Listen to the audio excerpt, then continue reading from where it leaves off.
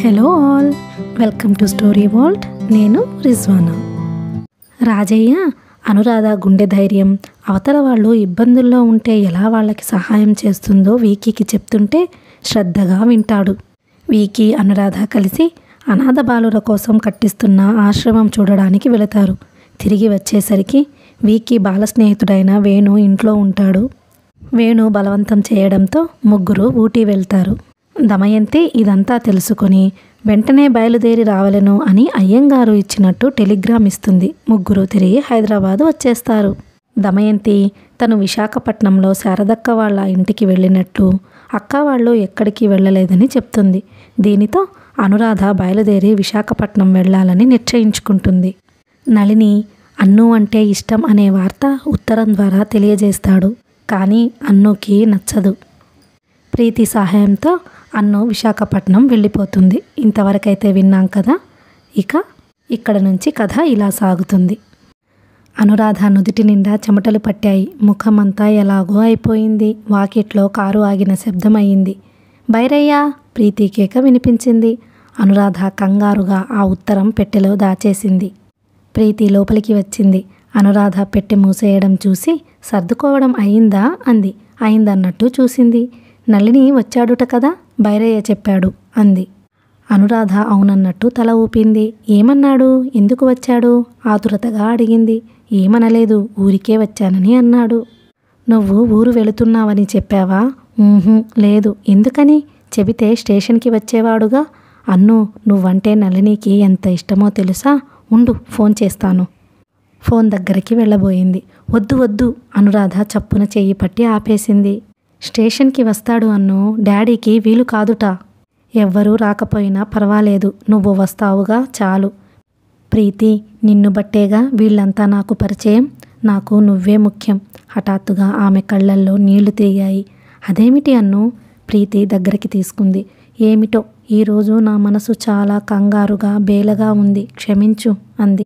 పిచ్చి అన్ను, ఇన్నాళ్ల నుండి హాయిగా కలిసి ఉన్నాము కదా, వదిలి వెడుతుంటే ఎలాగో ఉంది. అవునా? ఇదేం చిత్రం, నేను నీకు ధైర్యం చెబుతున్నాను. మై గాడ్ అంది. అన్ను నవ్వి ప్రీతి నుంచి విడిపడింది. వీకీ రాలేదు, కనీసం ఫోన్ అయినా చెయ్యలేదు. అనురాధకెందుకో చాలా బాధగా అనిపించింది. తను ఏదైనా అత్యాశగా ఆలోచించిందేమో అనుకోసాగింది. అనురాధ స్టేషన్కి వచ్చింది. వెంట ప్రీతి, బైరయ్య వచ్చారు. ఉత్తరాలు రాస్తూ ఉంటావుగా అంది ప్రీతి. రాయకుండా ఉండగలనా అంది. మళ్ళీ ఏదైనా వంకతో వచ్చే అంది ప్రీతి. ఆమె నవ్వి ఊరుకుంది. ట్రైన్ కదిలింది. ప్రీతి టాటా చెప్పింది. అనురాధ చెయ్యి ఊపింది. బైరయ్య నమస్కరించాడు. రైలు ముందుకు వచ్చేస్తోంది. ప్రీతి దూరం అయిపోతోంది. అప్పుడే కలలో నుంచి మెల్లమెల్లగా స్పృహలోకి వస్తున్న మనిషిలా అవుతుంది అనురాధ మనసు. పెట్టె తెరిచింది. అందులో ఉత్తరం తీసి చింపి ముక్కలుగా కిటికీలో నుంచి పారేసింది. ఆ ఉత్తరం ప్రీతికి ఇచ్చేద్దామా అని ఒకసారి అనిపించింది. మరుక్షణంలోనే ఆ ఆలోచన వచ్చినందుకే వణికిపోయింది. అమ్మో, ఇంకేమైనా ఉందా? ప్రీతి మళ్ళీ నళిని మొహం చూస్తుందా? ఈ రహస్యం తన గుండెల్లోనే ఇమిడిపోవాలి అనుకుంది. అన్నుకి వీకే గుర్తుకు వచ్చాడు. అతను ఒక్క మాట మాట్లాడలేదేమిటి? ఇది తన ఆలోచన లోపం. అతను కాస్త బాగా మాట్లాడాడని ఏవేవో ఆకాశ హర్మియాలు కట్టేస్తే ఎలా? గాలిమేడలు కట్టిన వ్యక్తి ఎప్పుడో ఒకసారి బాధపడక మానరు. నళిని ఇంటికి వచ్చాడు. దమయంతి 5-6 ఆడవాళ్లతో కలిసి కూర్చున్న డ్రాయింగ్ రూమ్లో ఏదో విషయం గురించి చర్చిస్తోంది. అతను తిరిగి వచ్చాడు. ఎంతో అలసటగా ఉన్నాడు. సరాసరి వెళ్ళి గదిలో కూర్చున్నాడు. అది చేతులు పొడుగ్గా ఉన్న నర్సాపురం పడక కుర్చీ. తండ్రికి ప్రియమైన కుర్చీ. ఆయన గంటలు దానిలో కూర్చుని గడిపేవాడు. నళిని మనసంతా చెప్పలేనంత అలజడిగా ఉంది. అర్థం కాని భయంగా ఉంది. తన ఉత్తరం చదివిన తరువాత అనురాధ ఏమనుకుంటుంది? ఏమని జవాబు చెప్పడానికి నిర్ణయించుకుంటుందో? ఆమె ముఖం తన కళ్ళెదుట కదలాడింది. ఆ కళ్ళెంత తేటగా నిష్కల్మషంగా ఉంటాయి. ఆ చిరునవ్వులో ఎంత తీయదనం, ఆ కంఠస్వరంలో ఎంతో నెమ్మది. అనురాధ మనసు ప్రేమమయం, స్నేహభరితం. ఆమెలో ఉండే ప్రేమాభిమానాల వైపు ఎవరైనా సూదంటూ రాయిలా ఆకర్షించబడతారు. డ్రాయింగ్ రూమ్లో నుంచి గొల్లున నవ్వులు వినిపించాయి. తల్లి కంఠం తారస్థాయిలో ఏదో అంటుంది. మిగతా వాళ్ళు నవ్వుతున్నారు. అతనికి విసుగ్గా అనిపించింది. తల్లితో కలిసి తిరిగే వారందరూ జీవితం ఒక కాలక్షేపం మాత్రమే అన్నట్లుండేవారే. వారి కబుర్లు, ఆలోచనలు ఎంతసేపు చీరలు, నగలు, పని మనుషులు, భర్తల దుబారా ఖర్చులు. ఈ సరిహద్దులు దాటి వెళ్ళవు. మిగతా లోకంలో ఏమైనా వారికి అవసరం లేదు, పట్టదు. నళినికి ఎందుకో గాని వాళ్ళని చూస్తే తగని చిరాకు. ఇంకేదైనా ఉపయోగపడే పని చేయకూడదా అనుకుంటాడు. షోకేసుల్లో బొమ్మల్లా బ్రతుకుతారు. వాళ్ళకి విసుగు రాదా అనిపిస్తోంది. వాళ్లల్లో ఆ భర్తల సంపాదనలు లేకపోయినట్టయితే ఏ ఒక్కరూ ఎందుకు పనికిరారు.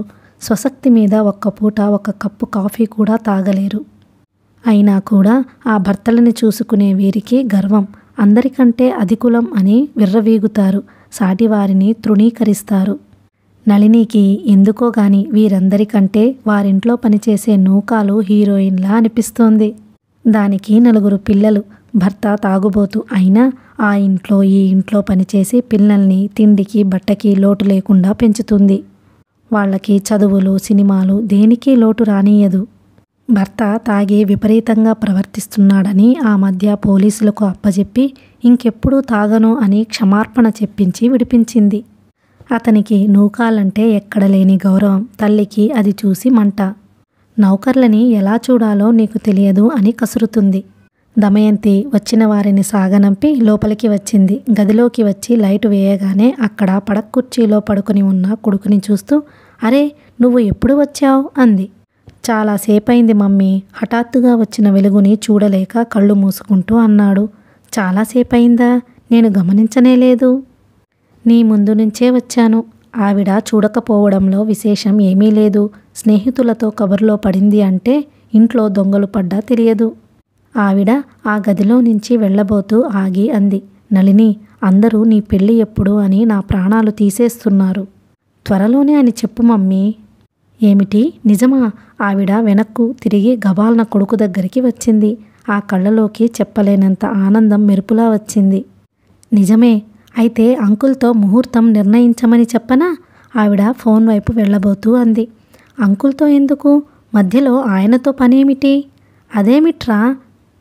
నా పెళ్ళికి ఆయనకి ఏ సంబంధం లేదు మమ్మీ. అతను కుర్చీలో నుంచి లేచాడు. అంటే? అర్థం కానట్టు అడిగింది. నేను అనురాధాని పెళ్లి చేసుకుంటున్నాను. పెళ్లి చేసుకోవడానికి నేను సిద్ధంగా ఉన్నానని తన అభిప్రాయం తెలియజేయమని ఇంత క్రితమే ఉత్తరం రాసి అనురాధ చేతికి ఇచ్చి వచ్చాను. నళిని, అరవకు మమ్మీ. నేను మొదటి నుంచి నా పెళ్ళి నా ఇష్టప్రకారం జరుగుతోందని నేను చెబుతూనే ఉన్నాను. అతను తల్లితో యుద్ధానికి సన్నద్ధుడైన సైనికుడిలా నిటారుగా నిలబడ్డాడు. దమయంతి కళ్ళు పెద్దవైనాయి. దగ్గరికి వచ్చి పళ్ళు కొరుకుతున్నట్టుగా బిగబడుతూ అంది. ఏమన్నావురా? అనురాధాన్ని పెళ్లి చేసుకుంటావా? నీకసలు బుద్ధుందా? నీకు పెళ్లి చేసుకోవడానికి ఆ దిక్కుమాలినది తప్ప ఇంకెవరూ దొరకలేదా? ఈ మాట ప్రీతి వింటే ఎంత బాధపడుతుందో ఆలోచించావా? ఇందులో ప్రీతికి ఏం సంబంధం? ఏం సంబంధమని అడుగుతున్నావా? అనురాధ ఎవర్రా? మనకి ఎలా పరిచయం అయ్యింది? ఆ అమ్మాయిని పెళ్లి చేసుకోవాలనే కోరిక నీలో పుట్టిందంటే దానికి కారణం ఆ అమ్మాయి ఏదో వెధవేషాలు వేసే ఉంటుంది. ప్రీతి వెనుక నాటకమాడుతోందన్నమాట. అంకుల్కి ఇదేం తెలుసు? ఇంట్లో పాముని పెంచుకొని పాలు పోస్తున్నాడు. నెత్తికెక్కించుకొని గారాబం చేస్తున్నాడు. నేను మొదటి నుంచి మొత్తుకుంటూనే ఉన్నాను. కానీ ఆ తండ్రి కూతుళ్ళు నా మాట వినలేదు. ఇవ్వకూడని వాళ్ళకి విలువ ఇస్తే అలాగే నెత్తిన ఎక్కి పాతాళానికి తొక్కుతారా? అసలు అలాంటి రకాలని ఇంటి గుమ్మం ఎక్కనీయకూడదు. మమ్మీ! అనురాధాని ఆవిడ అనే దూషణాలు భరించలేనట్టుగా అరిచాడు నళిని. నోర్ముయ్! అంతకంటే బిగ్గరగా అరిచింది ఆవిడ. అనురాధాని చేసుకుంటాడట. చేసుకుని ఏం చేస్తావు? 1,00,000 మంది దరిద్రుల్లో నువ్వు ఒకడివి అవుతానంటావు. అంతేనా? నాకు తెలుసురా. అదృష్టమే లేకపోయేసరికి ఇలాంటి వెధవ బుద్ధులే పుట్టుకు వస్తాయి. అసలు నీకిలాంటి ధైర్యం వచ్చిందంటే దాని ప్రోద్బలమే అయి ఉంటుంది. ఉండు, దాని పని ఇప్పుడే చెబుతాను. నువ్వంటే ఎవరనుకుంటుందో? దమయంతి విసురుగా వెళ్ళి ఫోన్ తీయబోయింది. మమ్మీ! దెబ్బతిన్న పులిలా ఉరికి వచ్చాడు నళిని. ఆవిడ చేతులు ఫోన్ మీద నుండి లాగేస్తూ గట్టిగా పట్టుకున్నాడు. అతను ఆవేశంతో వణికిపోతున్నాడు. మమ్మీ!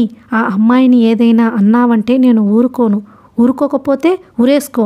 నేను దానికి బుద్ధి చెప్పి తీరుతాను. మమ్మీ! ఈరోజు ఈ విషయం అటో ఇటో తేలిపోవలసిందే. నేనిప్పుడే వీకీకి కూడా చెబుతాను. దాన్ని వెంటనే తన్ని తగలేయమని చెబుతాను. మమ్మీ! అతను ఎంతో ప్రయత్నం మీద ఆవిడ నుంచి ఫోన్ లాగి దూరంగా పట్టుకున్నాడు. దమయంతి పెనుగులాడింది. ఇంతలో గుమ్మంలో ప్రీతి కంఠం వినిపించింది. ఏమిటి ఆంటీ, ఫోన్కి ఏమైంది? నళిని అలా పట్టుకున్నాడు? తల్లి కొడుకులిద్దరూ ఉలిక్కిపడినట్టుగా తిరిగి చూశారు. ఆమె చిరునవ్వుతో అంది. అమ్మయ్య, మీ ఇద్దరూ ఇంట్లోనే ఉన్నారా? ఉండరేమోనని భయపడుతూ వచ్చాను. ఆంటీ, నాకు పరమ బోరుగా ఉంది, అందుకే నీ దగ్గరికి పారిపోయి వచ్చాను. దమయంతి ముఖ కవళికలు అతి వేగంగా మారిపోయాయి. ఎందుకమ్మా? అంది ఎదురొస్తూ. అన్ను ఊరు వెళ్ళిపోయింది. ఏమిటి? నళిని, దమయంతి ఇద్దరూ ఒకేసారి అన్నారు. అవును ఆంటీ, ఇప్పుడే రైలుకు పంపి స్టేషన్ నుంచి వస్తున్నాను. నాకు ఇంటికి అస్సలు వెళ్ళబుద్ధి కాలేదు. సరాసరి ఇక్కడికి వచ్చాను. థ్యాంక్ గాడ్ మీరిద్దరూ ఉన్నారు అంటూ లేచి వచ్చిన దానిలా అక్కడ నళిని ఖాళీ చేసిన పడక్కుర్చీలో కూర్చుంది. ఆ వార్త వినగానే అప్రయత్నంగా తల్లి కొడుకులిద్దరూ ముఖాలు చూసుకున్నారు. అన్ను ఊరు వెళ్ళిందా? అస్పష్టంగా అన్నాడు నళిని. అతని ముఖం రక్తవిహీనంగా అయింది. కానీ దమయంతి ముఖంలోకి ఈ వార్త వినగానే ఎక్కడలేని సంతోషం వచ్చింది. నళిని గబాల్న అక్కడ నిలబడలేనట్టుగా అక్కడ నుంచి వేగంగా వెళ్ళిపోయాడు. దమయంతి ప్రీతి చెయ్యి పట్టుకుంది. కూర్చోమ్మా, నిన్ను ఇప్పుడప్పుడే అస్సలు వెళ్ళనీయను. ఈ మధ్య ఇక్కడికి రావడమే మానేశావు కదా. ఉండు, వంట మనిషికి వంట ఏమి చెయ్యాలో చెప్పి వస్తాను అని దమయంతి లోపలికి వెళ్ళింది. తను రాగానే నళిని అలా వెళ్ళిపోవడం ప్రీతికి చాలా బాధగా అనిపించింది. తను తోచక వచ్చాను అని చెప్పినా అతను పట్టించుకోలేదు. రవంత కూడా శ్రద్ధ చూపలేదు. ప్రీతి మనసు చివుక్కుమంది. దమయంతి లోపలికి వచ్చింది. దమయంతికి నళిని మాటలు ఇంకా తేరుకోలేనంత షాకింగ్గా ఉన్నాయి. ఏమన్నాడు నళిని? అనురాధాని పెళ్లి చేసుకుంటానంటున్నాడు. ఆ మాట గుర్తుకు రాగానే దమయంతి పళ్ళు కటకటలాడుతున్నాయి. దౌర్భాగ్యుడు! కోరి సిరి వస్తుంటే కాళ్ల దన్నుకునే మూర్ఖుడు! ఎంత పని చేసింది అనురాధ! ఇంకా ఇన్నాళ్ళు వీకీ విషయంలో తను జాగ్రత్త పడాలని ఆరాటపడుతోంది. తన మనసు ఎప్పుడూ అటే ఆలోచిస్తోంది. కానీ వీకీని హెచ్చరించాలని తాపత్రయపడుతున్న తను తన కొడుకే ఈ అగ్నిగుండంలో దూకుతున్నాడని గుర్తించలేకపోయింది. భగవంతుడా, ఈ సంగతి తెలిస్తే ప్రీతి నళిని ముఖం చూస్తుందా? ఈ ప్రమాదం నుంచి ఎలా బయటపడాలి? ఒక్కటే మార్గం ఉంది. అనురాధ అనే రాక్షసిని ఈ చుట్టుప్రక్కలకి ఇంకెప్పుడూ రానియకుండా తరిమి కొట్టాలి. దమయంతి ఇంకా నిశ్చేష్టురాలైనట్టే ఉంది. అనురాధ విశాఖపట్నం వచ్చి 2 వారాలకి పైగా అయ్యింది. ప్రీతి దగ్గర నుంచి 4-5 ఉత్తరాలు వచ్చాయి. ప్రతి ఉత్తరంలోనూ నాకిక్కడేం తోచడం లేదు. నువ్వు ఏదో ఒక వంక పెట్టుకొని వచ్చేయి. డాడీతో నీకు ఉద్యోగం చూడమని చెబుతున్నాను అంటూ రాసేది. ఆ ఉత్తరాలు గ్రీష్మ ఋతువులో పన్నీరు జల్లులా ఉండేవి. ఆమె వచ్చిన వారం రోజులకే దమయంతి కూడా ఒక ఉత్తరం రాసింది. అందులో అనురాధని ఆవిడ చాలా తూలనాడింది. అమాయకుడైన తన కొడుకుని వాలు చూపులతో, తీయని మాటలతో వలలో వేసుకున్నావంది. నళిని నిన్ను పెళ్లి చేసుకుంటానని అంటున్నాడంటే ఇది ప్రీతి పట్ల ఎంత నమ్మక ద్రోహమో ఆత్మవిమర్శ చేసుకోమంది. సుస్థి చేస్తే తామందరూ సొంత బిడ్డలా సాకినందుకు అనురాధ ఇలా తమ గుండెల్లో చిచ్చు పెట్టడం భావ్యం కాదు అంది. ఈ మాట వింటే అమాయకురాలైన ప్రీతి ఆత్మహత్య చేసుకునవచ్చునంది. ఆమె ఆ ఉత్తరం కనీసం 100 సార్లైనా చదివి ఉంటుంది. అది ఉత్తరంలా లేదు, దమయంతి చేతిలో కొరడాలా ఉంది. ఒక్కొక్క వాక్యం ఆమె అంతరాల్లో ఉన్న సున్నితమైన భావాల్ని బాణాల్లా అతి తీవ్రంగా గాయపరచసాగినాయి. ఆ ఉత్తరం ఆమె వ్యక్తిత్వానికే తీరని అవమానం. అందులో ప్రతి మాట ఆమె అభిమానాన్ని గాయపరిచేటట్టుగా ఉంది. ఆవిడ ఏమనుకుంటోంది? తను ప్రీతి మాట తలపెట్టకుండా స్వార్థంతో నళినిని చెయ్యి అందుకుంటాననుకుంటోందా? అసలు ఇందులో తన బాధ్యత, ప్రోత్సాహం అనేవి ఏమీ లేవంటే ఆవిడ నమ్ముతుందా? అనురాధ ఉత్తరం మడిచివేసి ఆలోచిస్తూ కూర్చుండిపోయింది. ప్రీతి స్నేహం తన జీవితంలో ఎంత అపురూపమైన వరమో తనకి తెలిసినంతగా వారికెవరికీ తెలియదేమో. తనని గురించి పూర్తిగా తెలియదు కాబట్టే దమయంతి అలా ఆవేశపడింది. అసలు తాను చాలా పొరపాటు చేసింది. అలా పారిపోయి రాకుండా ఉండిపోయి నళినికి తన మనసేమిటో విప్పి చెప్పినట్టయితే బాగుండేదేమో. ఆ కంగారులో తనకేమీ అర్థం కాలేదు. అతను వెంకటాపురం వెళ్ళి జాయిన్ అయ్యాడట. అక్కడ నుంచి ఆమెకి ఉత్తరం రాశాడు. అతను చాలా పొరబడుతున్నాడు. తను వీకీకి ప్రీతికి భయపడి ఇలా వచ్చేసిందని అనుకుంటున్నాడు. ఆమె అతనికి సుదీర్ఘమైన లేఖ రాసింది. అందులో ప్రీతి తనకి ఎలాంటి స్నేహితురాలో వివరించింది. నళిని మీద ప్రీతికి కాబోయే భర్తగా గౌరవం తప్ప ఇంకెలాంటి ఆలోచన లేదని రాసింది. ఆవేశపడకుండా తనని అర్థం చేసుకోమని ప్రార్థించింది. ఆ ఉత్తరం రాసిన తరువాత ఆమె మనసు తేలికపడింది. నళినికి ఆ ఉత్తరం అందిన వారం రోజులకి జవాబు రాశాడు. ఆ ఉత్తరం చాలా సూటిగా క్లుప్తంగా ఉంది. తను అనురాధ విషయంలో పడిన ఈ భయంకరమైన పొరపాటుకి క్షమించమని అడుగుతూ రాశాడు. తను చాలా దురదృష్టవంతుడని, తాను కోరుకున్నది ఏదీ తన జీవితంలో దొరకడం లేదని రాశాడు. ఆ ఉత్తరం చాలా వ్యధ కలిగించినా ఆమెకి కాస్త నిశ్చింతగా అనిపించింది. ఊరు నుంచి వచ్చేసరికి ఇంట్లో పరిస్థితులు మారినాయి. శారద మునుపటిలాగా ఆత్మీయంగా మాట్లాడడం లేదు. 1-2 వాళ్ళని అప్పు అడగమంటే నువ్వు అడగలేదు. ఎంత అవసరం ఉండి అడిగానో అని కూడా ఆలోచించలేదు. నీకోసం మేమెంత సాయం చేశామే, నువ్వు మాకు చేసిందేమిటి అంటూ అనురాధ రాగానే సాధింపు మొదలుపెట్టింది. ఆమె ప్రీతి దగ్గర ఉండగానే శారదా తల్లి డబ్బు కోసం చంపుతోందని 1-2 ప్రీతిని అడిగి తనకి వెంటనే పంపమని వ్రాసింది. అనురాధ ఇష్టపడలేదు. బాగుండదు అక్క అని జవాబు రాసింది. శారదకి చెప్పలేనంత కోపం వచ్చేసింది. 2,000 వాళ్ళకి ఒక లెక్క, ముష్టి వేసినట్లుగా ఇచ్చేస్తారు. అడగడానికి ఈవిడ గారికే అభిమానం. అవునులే, ఆవిడ అవసరాలకి తాము ఉపయోగపడాలి, తనకేమో తను సాయం చేయదు.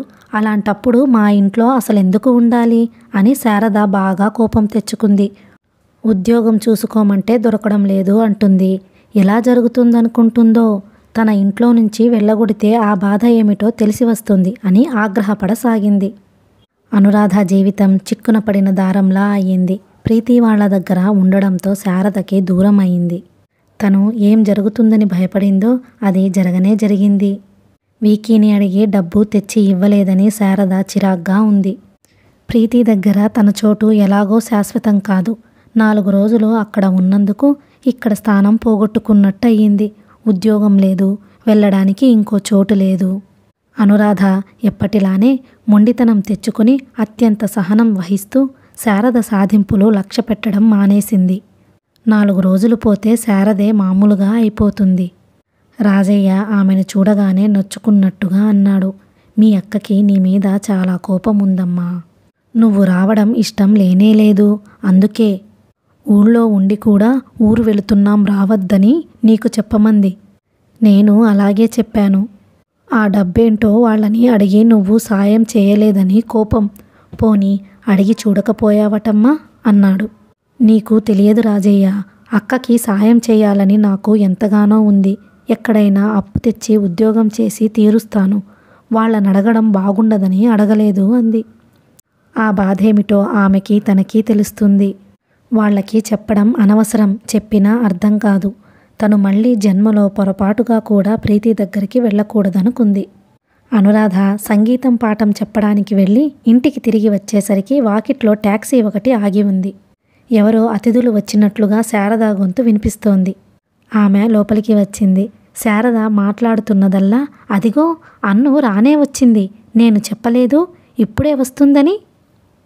అన్ను ఎవరొచ్చారో చూడు అంటూ కుర్చీలో కాలు మీద కాలు వేసుకుని కూర్చున్నతన్ని అప్పటికే ఇటు తిరిగి చూస్తున్నాడు.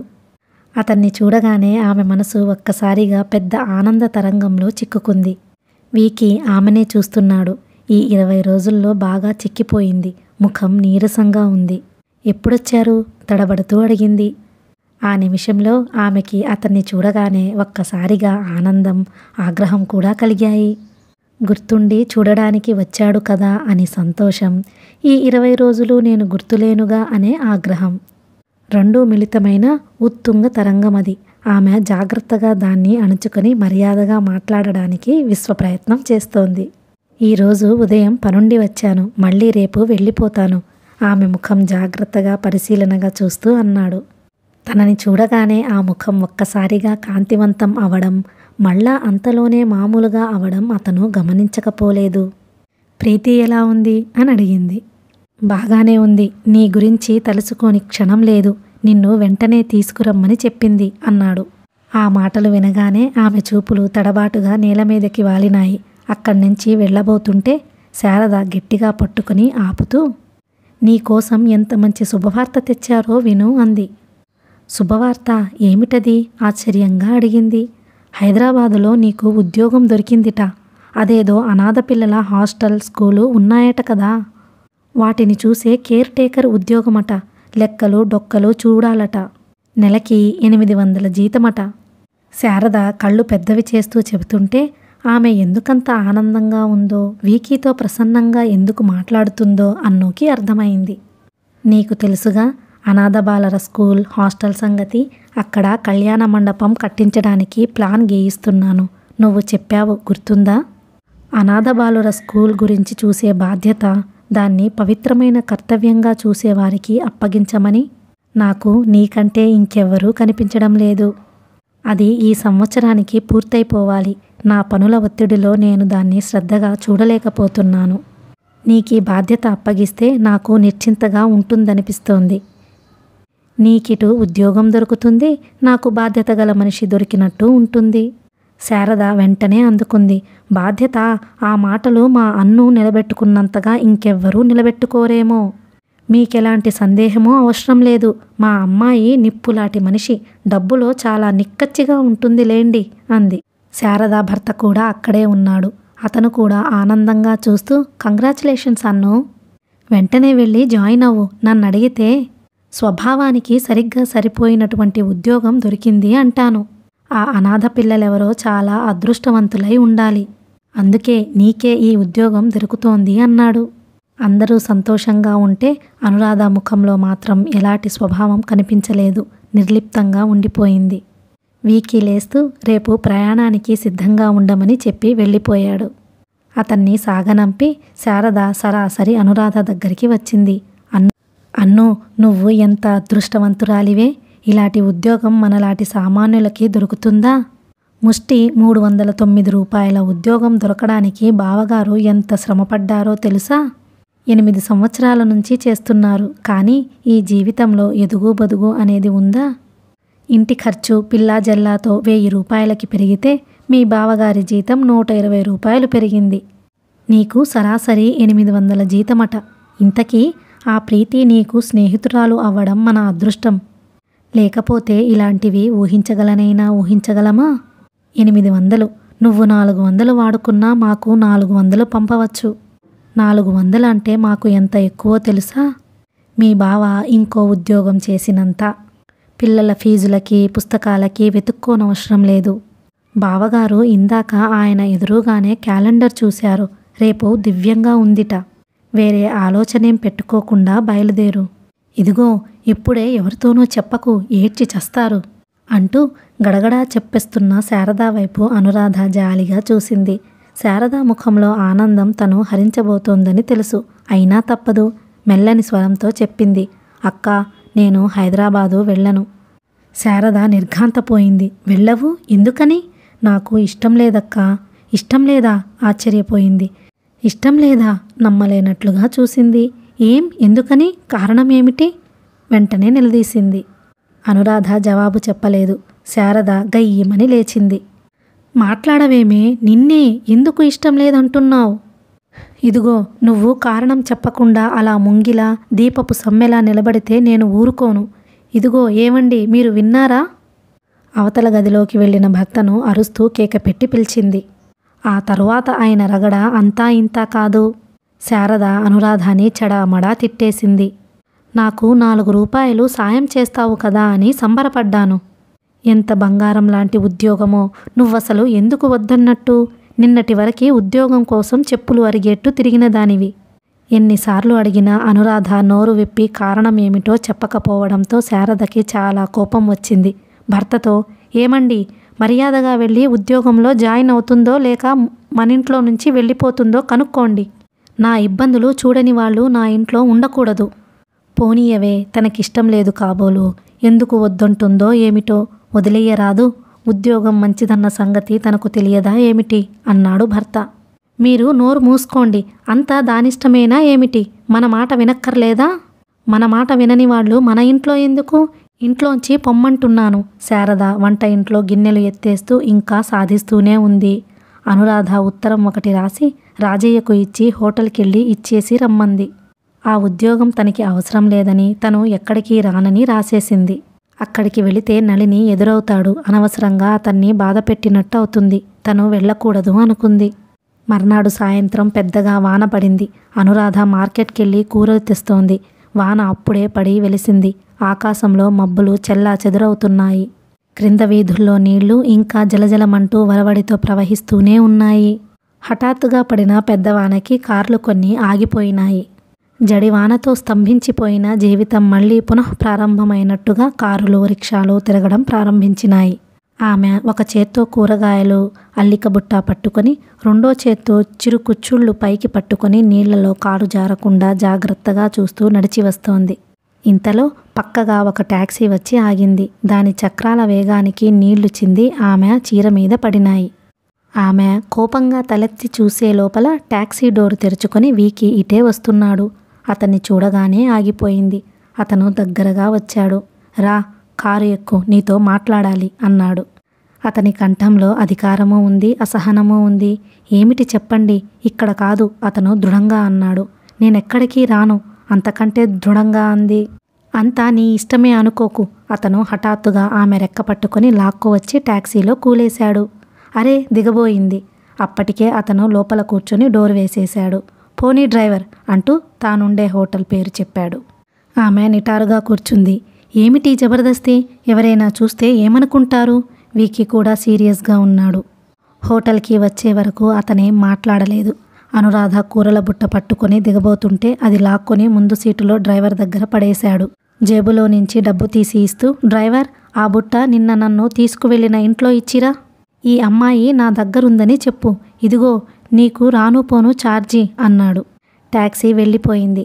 అతని కోపం చూసి అనురాధ తగ్గింది. అతని ముఖం చూస్తే ఇంకేదైనా మాట్లాడాలంటే భయం వేసింది. మౌనంగా అతని వెంట లిఫ్ట్లోకి నడిచింది. వీకి తాళం తీసి తలుపులు తెరిచి లోపలికి అడుగు పెట్టాడో లేదో ఫోన్ గణగణా మోగింది. అతను వెళ్ళి ఫోన్ తీశాడు. అవతల నుంచి ఎవరో వ్యాపారం గురించి ముఖ్యమైన సంగతేదో మాట్లాడుతున్నారులా ఉంది. వీకి కొద్దిసేపు మిగతా సంగతులన్నీ మర్చిపోయినట్టుగా ఆ మాటల ధోరణిలో మునిగిపోయాడు. అనురాధ కిటికీ దగ్గరకు వచ్చి నిలబడింది. బీచ్ ఒడ్డున పాండురంగ దేవాలయం వరుసలో ఉన్న హోటల్ అది. 4వ అంతస్తులో ఉన్న ఆ కిటికీ దగ్గర నిలబడి చూస్తే ఎదురుగా కనుచూప మేర అంతా సముద్రం కనిపిస్తోంది. దూరంగా ఆకాశంలో నల్లటి మేఘాలు గుంపుగా గుమిగూడి ఈసారి నీళ్ళని ఎక్కడ గుమ్మరించటమా అని సంప్రదించుకున్నట్టుగా ఉన్నాయి. ఆ మేఘాల రాకని చూసి భయపడినట్టుగా గాలి వేగంగా పరిగెత్తుకు వచ్చి ఇళ్లలో దూరి దాక్కోవడానికి ప్రయత్నిస్తున్నట్టుగా ఉంది. కెరటాలు ఉవ్వెత్తుగా లేచి కేరింతలు కొడుతుంటే అల్లరి చేయకండ్రా అని సముద్రం అరుస్తున్నట్టుగా ఘోష వినిపిస్తోంది. దూరముగా సముద్రం మధ్యలో హార్బర్లోకి రావడానికి అనుమతి దొరకని ఓడలు, ఎలక్షన్స్లో టిక్కెట్స్ కోసం వేచి చూస్తున్న రాజకీయ నాయకుల్లా అశాంతిగా అటూ ఇటూ కదులుతున్నాయి. మండు వేసవి తర్వాత ఒక్కసారిగా వచ్చి చల్లదనాన్ని ప్రసాదించిన వర్షపు రాకని ప్రకృతి సంబరంతో నాట్యం చేస్తున్నట్టుగా చెట్లు తలూపుతున్నాయి. ఎత్తుగా ఉన్న చోట బీచ్ ఒడ్డు అవడం వల్ల గాలి పట్టపగ్గాలు లేనట్టు ఉద్రిక్తంగా వీస్తూ కిటికీల్లో నుంచి జొరబడి తెల్లటి పరదాలని ఎడాపెడా విసిరికొట్టి టీపాయి మీదున్న పేపర్లని పుస్తకాలని చెల్లా చెదురు చేసి తన ప్రతాపం చూపిస్తోంది. బయటంతా బీభత్సంగా ఉంది. ఫోన్లో మాట్లాడడం పూర్తయిపోగానే వీకి ఫోన్ పెట్టేసి ఒక్క నిమిషం కుడిచేయి నడుం దగ్గర ఆనించుకుని బయట ప్రకృతి చేస్తున్న సందడిని గమనిస్తున్నట్టుగా నిలబడిపోయాడు. ఇంతలో దూరంగా సముద్రం మీద మొదలైన వానజల్లు పరుగు పందెంలో ప్రథమ స్థానం వహించే వ్యక్తిలా వేగంగా వచ్చేసింది. వీకి చప్పున వెంటనే అన్ని కిటికీ తలుపులు ఒక్కొక్కటి మూసేశాడు. పక్కకి తిరిగి లైటు వేశాడు. ఆమె అతను కిటికీ తలుపులు మూస్తూ రావడంతో యువతలకి వచ్చి నిలబడింది. అతను ఫోన్ దగ్గర ఆమె గదికి మధ్యగా నిలబడ్డాడు. బయట గాలి, వర్షం తలుపులు దబదబామని బాదుతున్నట్టుగా ఉంది. ఆ శబ్దం తప్ప ఇంకేం ధ్వని వినిపించడం లేదు. క్రింద ఎక్కడో చిన్నపిల్లలు వానని చూసి కేరింతలు కొడుతున్న అరుపులు చాలా లీలగా వినిపిస్తున్నాయి. చెప్పు అన్నాడతను. మీరే ఏదో చెబుతానని తీసుకువచ్చారు అంది. అతని దవడ ఎముక కదులాడింది. బుగ్గన ఉన్న పొడుగాటి సొట్ట మరింతగా సాగినట్టుగా అయ్యింది. అతను మంచం మీద దిండు ఎత్తి దాని క్రింద ఉన్న ఉత్తరం తీసుకువచ్చి ఆమె మీద గిరాటు కొట్టినట్టుగా పడేశాడు. ఆమె పట్టుకుని చూసింది. అది రాజయ్యతో తను పంపిన ఉత్తరం. ఇది నువ్వు ఒంటి మీద తెలివి ఉండి రాసిందేనా? ఇందులో నేను అసభ్యమైనదేది రాయలేదే. అసభ్యమైనవి రాయలేదు, అసంగతమైనవి చాలా రాశావు. మీ అక్క వాళ్ళ కుటుంబానికి ఆ ఉద్యోగం అంత అవసరం అని తెలిసి కూడా తిరస్కరించావు కోపంగా అన్నాడతను. అవసరం వాళ్ళది, నాది కాదు. ఎన్నాళ్ళని వాళ్ల మీద ఆధారపడి ఉంటాను? భగవంతుడు దారి చూపే వరకు. చూపించిన దారిన నువ్వు వెళ్ళటం లేదుగా. అది సరైన తోవా కాదని తెలుసు కాబట్టి. అతను మౌనంగా ఆమెనే చూస్తున్నాడు. ఏమైంది నీకు? తగ్గు స్వరంలో అడిగాడు. ఏమీ కాలేదు. హైదరాబాద్ ఎందుకు రానంటున్నావు? నాకిష్టం లేదు కాబట్టి. అదే ఎందుకు ఇష్టం లేదని అడుగుతున్నాను. అది నా స్వవిషయం. మీరు చెప్పవలసినది ఇంకేమైనా ఉందా? లేదు. ఆ మాట ప్రవర్తన పెడసరంగా అయిష్టంగా ఉన్నాయి. అభిమానంగా స్నేహంగా ఉండే ఆ చూపులు చిరాగ్గా చురుగ్గా ఆమడ దూరాన నిలబెడుతున్నాయి. ప్రీతికి చెప్పాల్సిందేమీ లేదా? ఏమీ లేదు. వాన తగ్గినట్టుంది, నేను వెళ్తాను. అనురాధ వెళ్ళిపోతూనే ఉంది. శ్వేత ఆగు, నిన్నే అతను ఆదుర్తగా పిలిచాడు. అనురాధ ఆగిపోయింది. విచిత్రంగా చూస్తూ వెనక్కి తిరిగింది.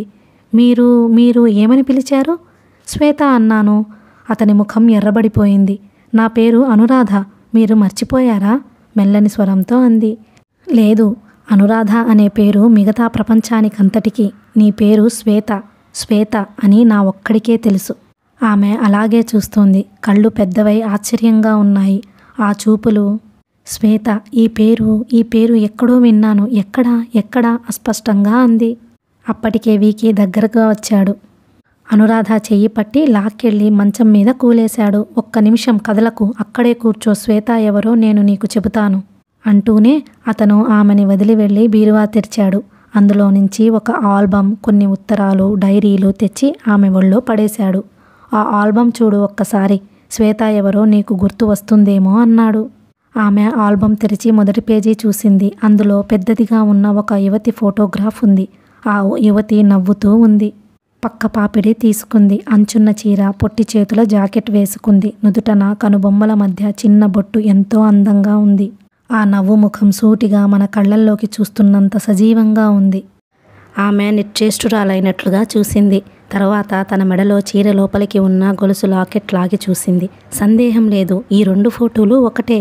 కాకపోతే ఒకటి చిన్నది, మరొకటి పెద్దది, అంతే తేడా. ఆమె ఆల్బంలో ఆ పేజీ తిప్పి మరొకటి చూడబోయింది. అప్పటికే ఆ మంచం దగ్గర ఆమెకి దగ్గరగా మోకాళ్ళ మీద కూర్చొని ఆ ఫోటోని తను కూడా చూస్తున్న వీకి చప్పున ఆమె పేజీ తిప్పకుండా చెయ్యి గట్టిగా పట్టుకొని ఆపేశాడు. ఈ ఫోటో ఎవరో చెప్పగలవా? ఎందుకు చెప్పలేను, మా అమ్మ అస్పష్టంగా అంది. మీ అమ్మ గురించి నీకేమైనా జ్ఞాపకం ఉందా? ఆమె క్షణం సేపు అతని వైపు రెప్ప వాల్చకుండా చూసింది. ఆ తరువాత ఆ చూపులు ఆల్బమ్ వైపులా తల అడ్డంగా తిప్పుతూ ఊహూ అంది. నిజం చెప్పు, నా దగ్గర ఏమీ దాచకు. మీ అమ్మ గురించి నీకేమీ గుర్తులేకపోతే ఈ లాకెట్లో వ్యక్తి నీకు అమ్మ అవుతుందని ఎలా గుర్తుంది? ఆమె ఆ ప్రశ్న శ్రద్ధగా వింది. అతని వైపు చూసింది. మళ్ళీ చేతులతో ఆల్బమ్ వైపు, లాకెట్లోని ఫోటో వైపు మార్చి చూసింది. తర్వాత అతి మెల్లని స్వరంతో తనకి తాను చెప్పుకుంటున్నట్లుగా అంది. నాకేం గుర్తులేదు. ఈ లాకెట్లో ఫోటో మా అమ్మని ఎందుకు గుర్తుందో నాకు కూడా తెలియదు. నాకేమిటో మాసిపోయిన ఛాయాచిత్రాలలా లీలగా మసకగా కొన్ని దృశ్యాలు గుర్తున్నాయి. అది కలో నిజమో కూడా నాకు తెలియడం లేదు. నాకొక అమ్మ ఉండేది. ఆవిడ సితార్ లాంటిదేదో ఎంతో బాగా వాయించేది. నేను పెద్ద ఇంట్లో తిరిగేదాన్ని. ఆ ఇంటి చుట్టుప్రక్కల పూల మొక్కలున్నట్లు నాకు గుర్తు. కారులో నాకు అంకుల్ అని ఒకతను ఉండేవాడు. అమ్మ ఏమైందో తెలియదు. అతని దగ్గర ఉండేదాన్ని అనుకుంటూ చెబుతున్నానుగా. ఇవన్నీ ఏదైనా కలో లేక పూర్వజన్మ జ్ఞాపకాల్లాంటివో నాకు తెలియదు. నాకు నిజంగా ఎవరైనా ఉంటే నన్నెందుకు వదిలేశారు? చాలాసార్లు ఈ ఆలోచనలతో సతమతమయ్యేదాన్ని, కంగారు పడేదాన్ని, అయోమయంగా అనిపించేది. బాబాయ్ అదంతా కలని చెప్పేవాడు. కలలో జీవుడు అలా తిరిగొస్తుంటాడు. మరి ఈ గొలుసు ఏమో నాకు తెలియదు. శ్వేత, ఈ పేరు కూడా నాకు గుర్తుకొస్తోంది. ఎవరినో పిలిచేవాళ్ళు. ఎవరిని? గుర్తులేదు. నీ ఆ కలలో ఆ ఇంట్లో దేని గురించైనా జ్ఞాపకం ఉందేమో చెప్పగలవా? ఆమె ఆలోచించింది.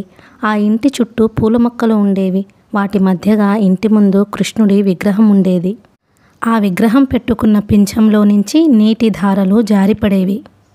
ఒక్క నిమిషం ఆగు. వీకీ గబగబా తనే ఆల్బం పేజీలు తిప్పి వెతికి ఆ ఫౌంటైన్ చూపించాడు. ఆమె కళ్ళల్లోకి ఆనందం వెల్లువలా వచ్చింది. ఇదే ఇదే సరిగ్గా ఇదే చిన్నపిల్లలా సంబరంగా అంది. వీకీ ఆమె ఒళ్ళో ఉన్న ఆల్బంలో ఇంకో పేజీ తిప్పాడు. అక్కడ 8 సంవత్సరాల పాప బాబ్ హెయిర్తో తెల్లటి ఫ్రాకు, మోజోళ్ళు, బూట్లు వేసుకుని బొమ్మని ఎత్తుకుని నిలబడి ఉంది. ఎవరి అమ్మాయి? ఆమె అడిగింది. అతను ఆల్బంలో మొదటి పేజీలో ఉన్న ఆవిడని చూపించాడు. ఈవిడ పేరు పారిజాతం. ఈవిడ కూతురే ఈ పాప. పేరు శ్వేత. కానీ ఆవిడ మా అమ్మ. అవును, ఆవిడ కూతురువే నువ్వు. పారిజాతం కూతురు శ్వేతవి. నువ్వు మీ అమ్మకి ఎంత ప్రాణమో తెలుసా? మా అమ్మ మీకు తెలుసా? తెలుసా? ఆవిడ నా జీవితంలో ఒక దేవత. ఈ రోజున నేను ఇలా ఉన్నానంటే ఆవిడే కారణం. అతను పేజీలు తిప్పుతూ చెప్పసాగాడు. ఆమె వింటోంది. అతను చెబుతుంటే ఆమెకి ఆ ఇంట్లో తిరుగుతున్నట్టే ఉంది. తల్లి సుస్థి చేస్తున్నట్టే ఉంది. అతను డైరీ చూపించాడు. ఉత్తరాలు చదివి వినిపించాడు. ఫోటోల గురించి చెప్పాడు. అదొక గత సముద్రం. అందులో అతను నడుపుతున్న పడవలో కూర్చొని అనురాధ గత జ్ఞాపకాల మధ్య సుదూర తీరాలలో తిరుగుతోంది. అంతా విన్న ఆమె కళ్ళ వెంట నీళ్లు జారుతుండగా, నిజమా? ఇది నిజమా? అంది.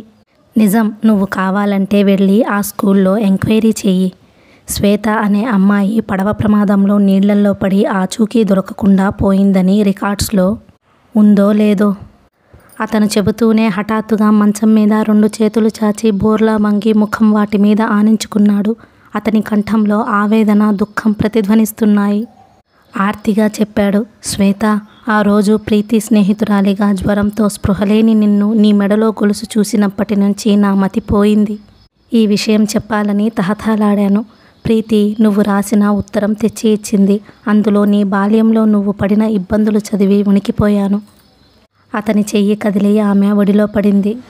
శ్వేత, నీకు కలిగిన ఆ కష్టాలన్నీ నా అజాగ్రత్త వల్లనే అనిపించింది. నీ కొరకు నేను ఎంత తప్పించిపోయానో. నిన్ను మళ్ళా ఇలా సజీవంగా నా కళ్ళ ముందు చూడడంతో ఆనందంతో ఉక్కిరి బిక్కిరయ్యాను. అందుకే నిన్ను మళ్ళా ఇక్కడికి రానియలేదు. నువ్వు వచ్చేస్తుంటే ఎలా ఆపాలో అర్థం కాలేదు.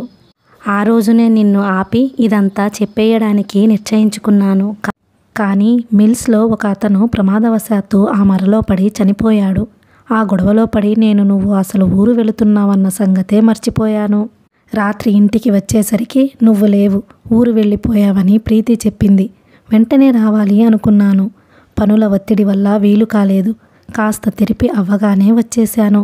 వచ్చేటప్పుడే ఆలోచించాను, నిన్ను నా దగ్గర ఉంచుకోవాలంటే ఒక్కటే మార్గం. ఏదైనా ఉద్యోగం ఇవ్వాలి.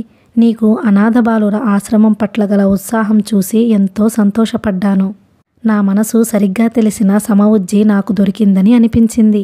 అతను లేచి హఠాత్తుగా ఆమె ఒడిలో ముఖం దాచుకున్నాడు. శ్వేత, ఇన్నేళ్ళు మీ అమ్మకు ఇచ్చిన మాట నిలుపుకోలేకపోయానే అని ఎంతో వ్యధలతో గడిపాను. నాకు నువ్వు దూరం అయిన ఈ 18 ఏళ్ళు ఒక్కనాడు కూడా నీ గురించి మర్చిపోలేదు. శ్వేత, రా, నా దగ్గరగా రా. ఎక్కడికి వెళ్ళకు. నా దగ్గరగా ఉండిపో. నీకోసం ఏదైనా చేయగలిగే అవకాశం ఇచ్చి ఇప్పుడైనా సేద తీరని. నా బాధ్యత నెరవేర్చుకున్నాను అనే సంతృప్తి నాకు కలగని. ఆమె విచిత్రంగా చూస్తోంది. ఇదంతా కలలా ఉంది. వీకీ తనకి అంకులవుతాడా? తన కోసం అతను ఎంత తపిస్తున్నాడో అతని మాటలు బట్టి అర్థం అవుతూనే ఉంది. తను ఎవరూ లేని అనాథ కాదు. లోకం ఈసడించినట్టు దిక్కులేని వ్యక్తి కానే కాదు. భగవాన్! అనురాధకి ఏడుపు వచ్చేస్తోంది. ఇది నిజమేనా? కల కాదుగా? నాకు పిచ్చి పట్టలేదుగా? బేలగా చూస్తూ అంది. వీకీ ఆమె ఒడిలో నుంచి ముఖం ఎత్తి చూశాడు. ఆ క్షణములో అతనికి ఏమైందో తెలియదు. మరో నిమిషంలో అతను లేచి మంచం మీద కూర్చున్నాడు. ఆమెని దగ్గరికి లాక్కున్నాడు. నాకెలాగో ఉంది. నేను నమ్మలేకపోతున్నాను. ఇది కల అని చెప్పండి. ప్లీజ్ చెప్పండి, ఏడుస్తూ అంది. శ్వేత! అతను ఆమెని గుండెలకు అదుముకున్నాడు. మరుక్షణం ఆమె ముఖం ముద్దులతో నిండిపోయింది. ఆవేశంగా అన్నాడు. శ్వేత, ఇది కల కాదు, నిజం, ముమ్మాటికి నిజం.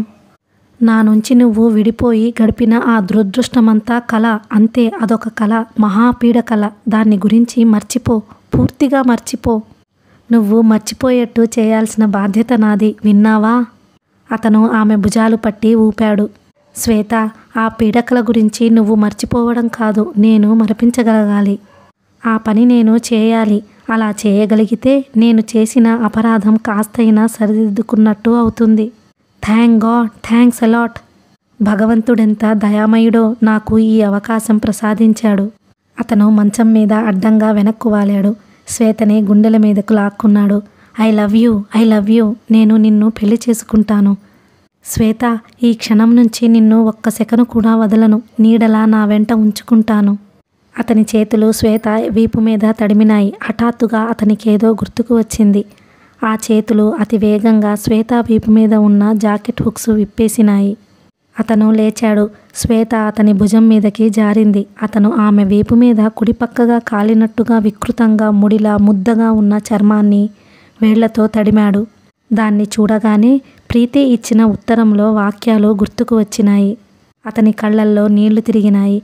వంగి ముడిలా వికృతంగా మడతలు పడి ఉన్న ఆ చర్మం మీద ముద్దు పెట్టుకున్నాడు. నువ్వు గడిపిన జీవితం నన్నెప్పుడు ఇది మర్చిపోనీయదు అనుకున్నాడు. శ్వేత మనసు ఎక్కడికో తేలిపోతున్నట్టుగా ఉంది. గాలిలా సముద్రాల నుంచి ఎక్కడికో అతి తేలికగా తేలిపోతోంది. ఆ మనసుకి ఇంతవరకు ఇనుప గుళ్ళలా వేలాడుతున్న భయం, అధైర్యం, ఆందోళనలాంటివేవో తెగి విడిపోయినట్టుగా, ఆ బాధామయ జీవితం నుంచి విముక్తి చెందినట్లుగా స్వేచ్ఛగా ఉంది. ఎవరితను? తన జీవితంలోకి ఎలా వచ్చాడు? ఇతని చేతుల్లో ఇంత సుఖంగా ఉందేమిటి? తను అనురాధగా చచ్చిపోయి శ్వేతగా స్వర్గంలోకి వచ్చిందా? ఇతని పరిష్యంగం ఇంత హాయిగా ఉందేమిటి?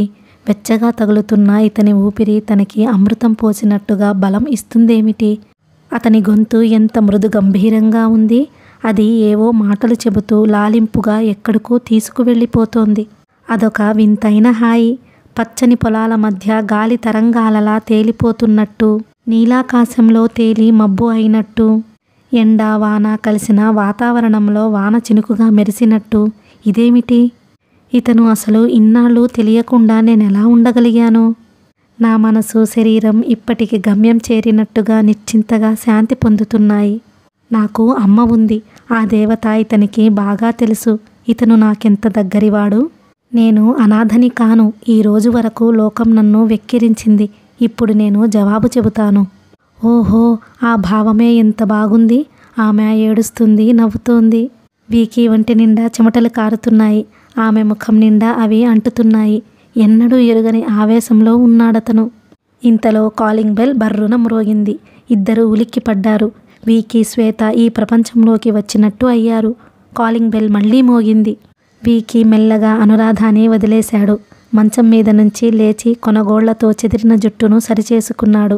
తరువాత వెళ్ళి తలుపు ఓరగా తెరిచాడు. గది గుమ్మం బయట బాయ్ నిలబడి ఉన్నాడు. భోజనం సార్ అన్నాడు. 2 తీసుకురా. బాయ్ వెళ్ళిపోయిన తరువాత వీకి గదిలోకి వచ్చాడు. అనురాధ మంచం దిగి నిలబడి జాకెట్ కుండీలు పెట్టుకోవడానికి ప్రయత్నిస్తోంది. అతను వెనుకగా వెళ్ళి వాటిని పెట్టాడు. బాప్రే, టైం చాలా అయింది. అక్క చంపేస్తుంది. నేను వెళతాను కంగారుగా అంది. వీకి ఆమె భుజాలు పట్టి తన వైపు తిప్పుకున్నాడు. నువ్వు ఇంకా ఎక్కడికి వెళ్ళనవసరం లేదు. ఎవ్వరికీ సంజాయిషి చెప్పనక్కర్లేదు. అతని స్వరం దృఢంగా ఉంది. ముఖం గంభీరంగా ఉంది. కానీ అక్క, రేపు నేను వెళ్ళి అంతా చెబుతాను. అతను బాగా చెమట పోస్తుండడంతో వెళ్ళి కిటికీ తలుపులు తెరిచాడు. బయట వాన ఎప్పుడో వెలిసిపోయింది. ఆకాశం అంతా నిర్మలంగా ఉంది. చుక్కలు కనిపిస్తున్నాయి. ఒక గొప్ప అనుభవం పొంది ప్రకృతి సొమ్మసిల్లినట్టుగా ఉంది. దూరంగా నల్లగా ఉన్న సముద్రం మీద ఆకాశంలో చంద్రుడు సంపూర్ణ కాంతులు విరజిమ్ముతూ వెలుగుతున్నాడు. ఆ కాంతి క్రింద సముద్రం మీద వెన్నెల బాటలా ఉంది. నీళ్లు అంతమేర కదలాడుతూ మెరుస్తున్నాయి. దూరంగా ఓడల దీపాలున్న ఇల్లులా కనిపిస్తున్నాయి. వీకి చాలాసేపు అక్కడే నిలబడ్డాడు. తర్వాత వెనక్కి తిరుగుతూ గది మధ్య బొమ్మలా నిలబడ్డ అనురాధాని చూస్తూ, ముఖం చేతులు కడుక్కునిరా, భోజనం చేద్దువు గాని అన్నాడు. వీకి అనురాధాని హైదరాబాద్ తీసుకువచ్చేశాడు. ఇంటి ముందు తోటలో భైరయ్య సహాయంతో సీతాకోక చిలుకల్ని పట్టడానికి పరిగెత్తుతున్న ప్రీతి తండ్రితో కారు దిగిన అన్నూని చూడగానే అది మరిచిపోయినట్టుగా పరిగెత్తుకు వచ్చేసింది. అన్ను గట్టిగా కౌగిలించుకుంది. ఆమె ప్రీతి కౌగిలిలో ఇమిడిపోయి కళ్ళు మూసుకుంది. ప్రీతిని చూస్తుంటే ఎంతో హాయిగా ఉంది. ఏమిస్తే ప్రీతి రుణం తీరుతుంది? ఆమె దేవతలా వచ్చి తన జీవితంలో కష్టాల కంటకాలని తప్పించి వేసింది. ప్రీతి అనురాధ ఇద్దరూ చేయి చేయి పట్టుకుని లోపలికి వెళుతుంటే వీకీకి హాయిగా అనిపించింది. ఇదివరకు తన జీవితంలోకి ఎవరినైనా రానియాలంటే ఎంతో భయం వేసేది. ప్రీతికి ఆ వ్యక్తికి పడదేమో అనే నెరపు అతన్ని వెనక్కి లాగేది. అనురాధ ప్రీతి స్నేహితురాలే కాదు, అనురాధ జీవితంలో మొట్టమొదటి స్థానం ప్రీతిదే. ఇది అతనికి ఎంతో హాయిగా ఉంది. ప్రీతి ఒక విధంగా తనతో సమానంగా ప్రేమించే వ్యక్తి లభించింది. ఇది పెద్ద నిశ్చింత. 2 రోజుల క్రితం విశాఖపట్నంలో ఆ రాత్రి అనురాధ తను శ్వేతననే విషయం తెలుసుకున్న రాత్రి ఇక శారద ఇంటికి వెళ్ళలేదు. మర్నాడు వీకీ శారదని ఆమె భర్తని తన హోటల్కి రప్పించాడు. క్లుప్తంగా అనురాధ ఎవరో చెప్పేశాడు. శారద తెల్లబోయింది. ఎంతో సంతోషపడింది. ఈ బీదవాళ్ళని కాస్త గుర్తుపెట్టుకోవేమ్మా అంది. ఆమె శారదని కౌగిలించుకుంది. అలా ఎప్పుడూ అనకు అక్క, నేను నీకెంతో రుణపడి ఉన్నాను అంది కన్నీళ్లతో. వీకీ అనురాధని అన్నవరం తీసుకువెళ్ళి పెళ్లి చేసుకుంటానని అన్నాడు. కానీ ఆమె ఒప్పుకోలేదు. అతనికి పెళ్లికి ఎదిగిన కూతురు ఉంది. ప్రీతి పెళ్లి చేయకుండా తనను పెళ్లి చేసుకుంటే అసభ్యంగా ఉంటుంది. అందువల్ల ప్రీతి పెళ్లి అయితే గాని ఈ ప్రసక్తి ఎత్తకూడదు అని వాగ్దానం తీసుకుంది. అంతేకాదు, ఆమెకి తమ విషయం అంతా తెలియపరచాలి. ఆమె అంగీకరిస్తేనే ఈ పెళ్లి అంటూ జరిగేది. ఆమెకి తెలియకుండా తామిద్దరి పెళ్లి అసంభవం. ఆమె తనకి స్నేహితురాలు. అన్ను నమ్మక ద్రోహం చేసిందనే మాట రాకూడదు. వీకీకి ఆమె స్పష్టపరిచిన ఈ అభిప్రాయాలు విన్న తరువాత ఆమె అంటే ఉన్న గౌరవం, ప్రేమ రెట్టింపు అయినాయి. బహుశా ఏ ఆడపిల్ల ఇంత నిశితంగా ప్రాక్టికల్గా ఆలోచించదేమో.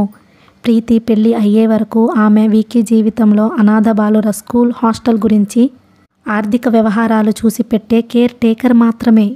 అనురాధని దగ్గరికి తీసుకోవాలంటే వీలైనంత త్వరగా ప్రీతికి పెళ్లి చేసేయాలి.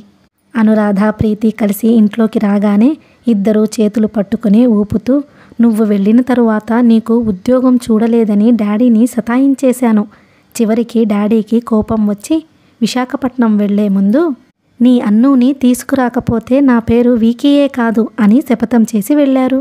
డాడీ సంగతి నాకు తెలుసుగా, అన్నమాట చెల్లిస్తారు అంది గర్వంగా ఆమెని కూర్చోమంటూ. ఉండు, బైరయ్యని నీకు కాఫీ తెమ్మని చెబుతాను అని లోపలికి వెళ్ళిపోయింది. ఆమె వెంటనే ప్రీతి చెయ్యి పట్టి లాగి కుర్చీలో భుజాలు పట్టి కూలదోస్తూ, ప్రీతి డియర్, ఈ ఇంటికి ఇప్పుడు నేనేం పరాయిదాన్ని కాదు. నువ్వు నాకేం మర్యాదలు చేయనవసరం లేదు. నేను ఇప్పుడు అనాథ బాలుర హాస్టల్కి, స్కూల్కి మాత్రమే కేర్ టేకర్ని కాదు, ఈ ఇంటికి నీకు కూడా. కాబట్టి ఆమె చేతులు కట్టుకొని తల వంచుతూ, తమకి ఏం కావాలో చెప్పండి, కాఫీయా, టీయా అంది. ప్రీతి రాజకుమార్తెలా టీవీగా చూసింది. సీరియస్గా ముఖం పెట్టి, అన్ను కేర్ టేకర్ గారు, ముందు అవతల గదిలో మా నాన్నగారు ఉన్నారు. వారు ఇప్పుడే ఊరి నుండి వచ్చినారు.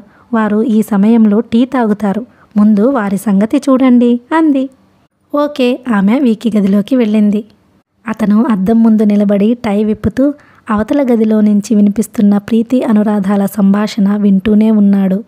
అతని ముఖం మీద చిరునవ్వు మెరుస్తోంది. ఇంతలో ఆ గదిలోకి వచ్చి అతని చేతిలో టై అందుకున్న అనురాధ, సార్, ఇది టీ టైం, మీరు టీ తాగుతారా అంది అవతల గదిలో ప్రీతికి వినివచ్చేటట్టుగా.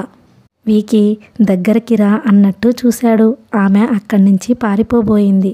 వీకీ చప్పున పట్టి ఆపి పెదవుల మీద గట్టిగా నొక్కి వదిలేశాడు.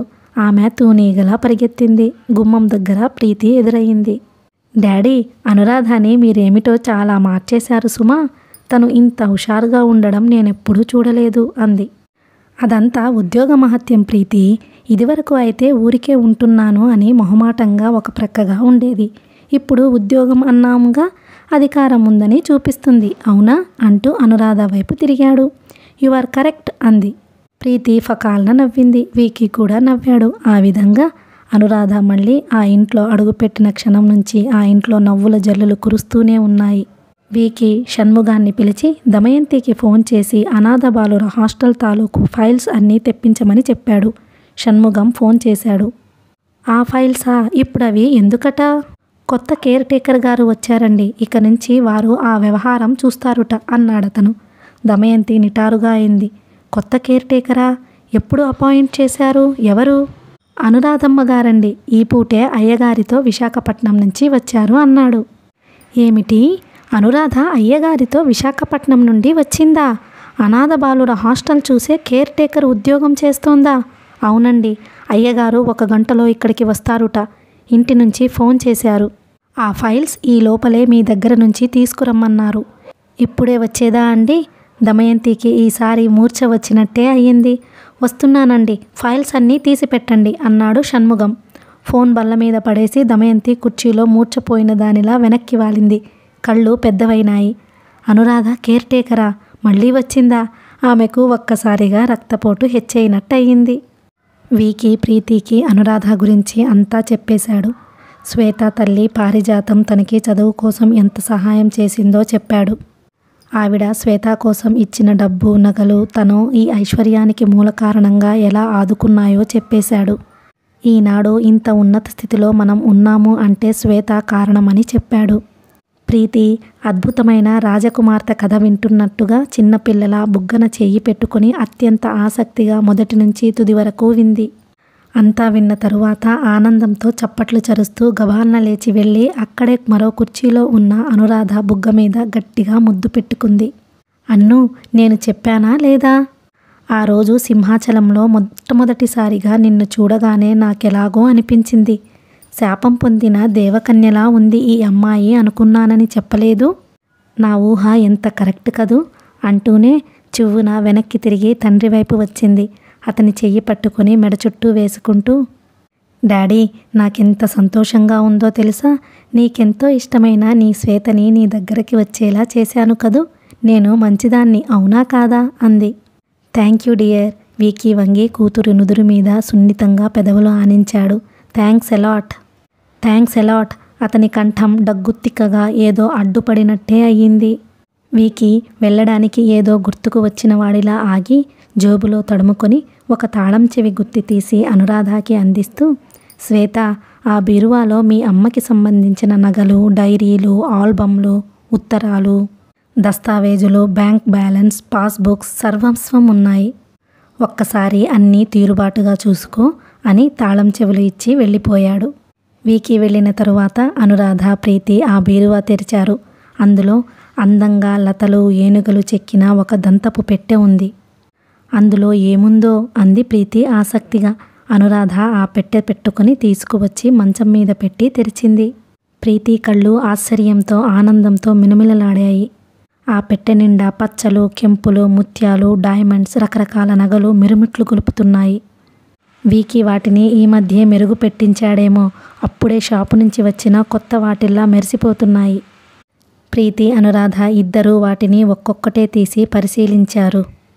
ఓహ్, వాటి పనితనం చెప్పనలవి కానంత అందంగా అతి నిపుణులైన కంసాలుల చేతుల్లో తయారు కాబడిన అపురూపమైన వస్తువులవి.